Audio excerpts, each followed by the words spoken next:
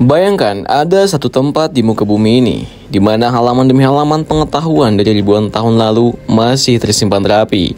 Tempat di mana tinta dari zaman Kekaisaran Romawi, suara para bapak gereja, dan pemikiran paling radikal dari abad pertengahanan tertahan dalam lembaran-lembaran kuno yang tidak bisa disentuh sembarangan. Bukan karena rapuh, meskipun memang rapuh, tapi karena isinya dianggap terlalu berbahaya, terlalu sensitif, atau mungkin terlalu mengguncang untuk dilepaskan ke tangan publik. Nama tempat itu adalah Perpustakaan Vatikan. Bukan perpustakaan biasa, tapi institusi intelektual yang dijaga ketat seperti markas militer dan seringkali disebut sebagai salah satu tempat paling misterius di dunia. Perpustakaan Vatikan bukan mitos, ia nyata berada tepat di jantung kota Vatikan. Hanya sepelemparan batu dari Basilika Santo Petrus, tapi meskipun fisiknya bisa ditunjuk di peta, isinya justru lebih banyak mengandung spekulasi daripada kepastian. Banyak yang percaya di balik rak-raknya yang memanjang sejauh lebih dari 50 km tersembunyi manuskrip-manuskrip rahasia, Injil-Injil yang dihapus dari sejarah resmi, catatan eksistensi makhluk dari luar bumi, hingga dokumen-dokumen yang jika dibuka bisa mengubah cara kita melihat agama, sejarah, bahkan eksistensi manusia. Tapi sebelum masuk terlalu dalam ke lorong-lorong misteri itu, mari kita tarik napas dulu dan mulai dari awal. Bagaimana perpustakaan ini lahir dan kenapa ia jadi begitu eksklusif? Perpustakaan Vatikan secara resmi didirikan pada tahun 1475 oleh Paus Sixtus IV. Tapi akar sejarahnya jauh lebih tua. Sebelum ada sistem perpustakaan formal, para paus dan pejabat gereja sudah mengumpulkan manuskrip kuno dari berbagai belahan dunia, mulai dari naskah Yunani dan Latin hingga tulisan berbahasa Ibrani dan Arab. Buku-buku ini awalnya digunakan untuk mendukung argumen teologis gereja Katolik, membangun universitas, dan mendokumentasikan warisan pemikiran Eropa. Namun seiring waktu, koleksinya tumbuh liar ketika dunia berubah, terutama setelah jatuhnya Kekaisaran Bizantium dan penemuan percetakan oleh Gutenberg. Vatikan menjadi magnet bagi manuskrip langka. Beberapa di antaranya adalah hasil rampasan, beberapa disumbangkan oleh keluarga bangsawan, dan sisanya dibeli dengan harga mahal. Dan inilah awal mula terbentuknya perpustakaan pribadi Gereja Katolik yang kemudian menjadi salah satu pusat dokumentasi intelektual terbesar di dunia. Masuk ke perpustakaan Vatikan bukan seperti masuk ke perpustakaan nasional, apalagi sekedar mampir ke perpustakaan kampus. Bukan cuma karena bentuknya yang klasik dan angker, tapi karena prosedurnya sangat ketat. Hanya peneliti akademis yang terverifikasi dengan surat rekomendasi dari institusi yang diakui yang boleh mengakses sebagai koleksinya. Bahkan ketika kamu diterima, kamu tidak boleh menyentuh buku sembarangan. Ada ruang khusus, penjagaan ketat, kamera pengawas di setiap sudut, dan aturan main yang sangat spesifik. Buku tidak bisa dipinjam keluar. Salinan harus melalui permintaan formal dan disetujui dulu. Bahkan ada bagian tersendiri yang disebut sebagai The Secret Archives yang sekarang telah berganti menjadi Apostolic Archive. Mungkin untuk mengurangi kesan dramatis ya, yaitu bagian dari arsip dokumen rahasia gereja. Dan disinilah tempat paling banyak memicu rumor, surat-surat pribadi para paus, catatan eksekusi, perjanjian politik antar kerajaan, hingga katanya dokumen-dokumen yang sengaja tidak pernah diterbitkan. Secara resmi, Perpustakaan Vatikan menyimpan lebih dari 1,6 juta buku cetak, 80.000 manuskrip, dan miliaran halaman dokumen sejarah dari berbagai era. Di dalamnya itu terdapat Codex Vaticanus, yaitu salah satu salinan Alkitab tertua dalam bahasa Yunani yang masih lengkap. Ada juga naskah-naskah Galileo Galilei, termasuk surat-suratnya saat didakwa karena mendukung teori heliocentrisme. Ada juga manuskrip kuno dari Tiongkok, Arab, Ethiopia, bahkan India.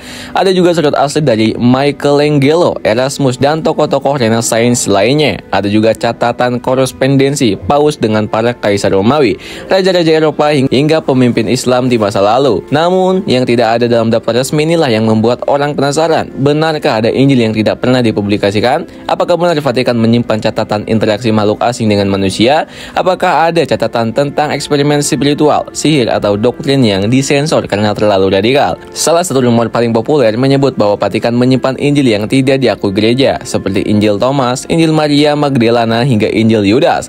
Padahal sebagian dari teks-teks ini sudah ditemukan di tempat lain, seperti di Nag Hammadi, Mesir, dan sudah dipelajari oleh akademisi. Tapi tetap saja, publik bertanya, kenapa Vatikan enggan mengakui keberadaan atau nilai historis teks-teks itu secara resmi. Lalu ada juga rumor yang lebih gila, tapi justru makin populer di era internet. Bahkan Vatikan menyimpan dokumen tentang makhluk luar bumi, dan bahkan sudah tahu sejak lama bahwa kita tidak sendirian di semesta ini.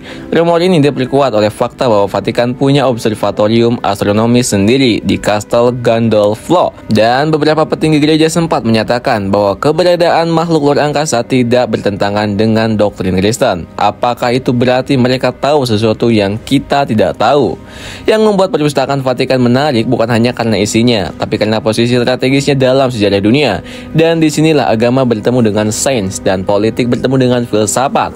Dokumen-dokumen di dalamnya pernah jadi alat legitimasi kekuasaan, jadi bahan debat teologis, bahkan jadi senjata diplomasi antar kerajaan.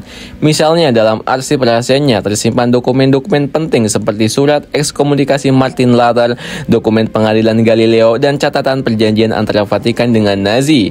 Semua ini menjadikan perpustakaan ini bukan cuma tempat penyimpanan, tapi juga simbol kekuasaan pengetahuan. Karena siapa yang mengendalikan sejarah, dia bisa membentuk masa depan. Salah satu alasan kenapa perpustakaan ini dijaga begitu ketat adalah karena kerentanannya secara fisik dan simbolik. Naskah kuno bisa rusak hanya karena kelembaban udara atau sentuhan tangan. Tapi di luar itu, banyak dokumen di dalamnya mengandung narasi tandingan sejarah resmi atau menyimpan konten yang bisa mengganggu keyakinan publik. Bayangkan jika dunia tahu bahwa ada Injil kuno yang menggambarkan Yesus menikah, atau ada catatan yang menunjukkan peran politik Vatikan dalam menjatuhkan kerajaan tertentu, atau jika ada referensi sejarah soal makhluk cahaya dari langit yang turun di masa Babilonia dan disembah oleh umat manusia. Apakah dunia siap tahu dengan semua itu? Tapi ada juga kemajuan. Di era digital, Vatikan mulai membuka diri. Beberapa manuskrip telah didigitalisasi dan bisa diakses publik secara online lewat situs resmi perpustakaan. Proyek ini dimulai sekitar tahun 2010-an dan bertujuan melestarikan sekaligus membagikan warisan intelektual dunia. Tapi tetap aja guys, hanya sebagian kecil dari koleksi yang dibuka. Sebagian besar masih berada di balik pintu baja dan kunci yang hanya bisa dipegang oleh segelintir orang. Mudah untuk berspekulasi bahwa Vatikan sengaja menyembunyikan kebenaran dari dunia, tapi bisa juga dipahami bahwa menjaga dokumen kuno adalah bentuk tanggung jawab sejarah, bukan konspirasi, bahwa tidak semua rahasia harus dibuka dengan cara yang bombastik. Namun tetap saja, rasa ingin tahu manusia tidak bisa ditahan. Setiap kali kita tahu ada sesuatu yang tidak boleh kita lihat, justru disitulah pikiran kita bermain liar. Disitulah teori muncul, disitulah imajinasi jadi liar. Apalagi jika tempat itu disebut sebagai gudang rahasia umat manusia. Perpustakaan Vatikan adalah saksi hidup perjalanan umat manusia tentang keyakinan, pencarian kebenaran, pertarungan sains dan dogma, hingga ambisi kekuasaan. Mungkin tidak ada alien di dalamnya, mungkin tidak ada Injil tersembunyi yang bisa mengguncang dunia, tapi tetap saja, keberadaan tempat seperti ini membuktikan satu hal, bahwa pengetahuan selalu lebih dari sekedar informasi.